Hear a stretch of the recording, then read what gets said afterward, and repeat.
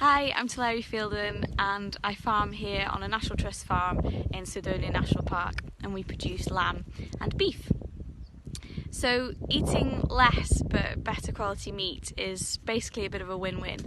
So it's a win-win for climate change, for animal welfare, for our health, but for me the most exciting part is actually for the biodiversity side of things. So how can meat create biodiversity? Well, up here on the mountain it's a really good example.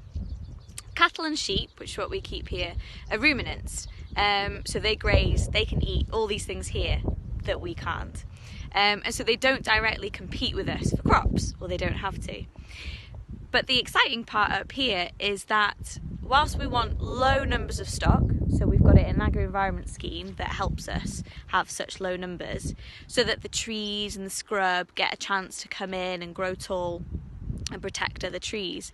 At the same time, we do still want a mix of things. So we want some of the grassier areas to stay grassy so that flowering plants get a chance to flower, so that scrub and trees don't just take over those areas. So we want the cattle grazing out the Llyndy, we want the sheep keeping a few shorter areas, and basically we just want the biggest mix of habitats that we can possibly keep in one area, which will support the most amount of species. So basically a little bit of this, a little bit of that, and the sheep and the cattle are perfect at doing that job. This is a perfect example of how better quality meat also can mean higher welfare. You can see here these sheep have got a lot of freedom.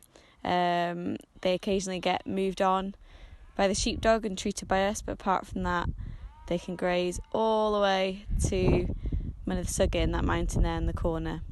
They get to exhibit a lot of natural behaviour and eat a lot of natural vegetation. So why is grass-fed lamb and beef so good? Well, you've got to think about the inputs that go into food, and the main input for grass-fed animals is this. Grass isn't bought in, it's not imported. We know exactly where it's come from. It's come from the soil on this farm.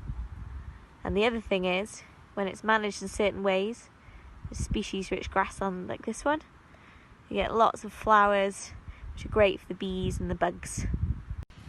The other thing is that farmers take great pride in their stock, and supporting your local farmer means that rural traditions and rural communities can continue to thrive.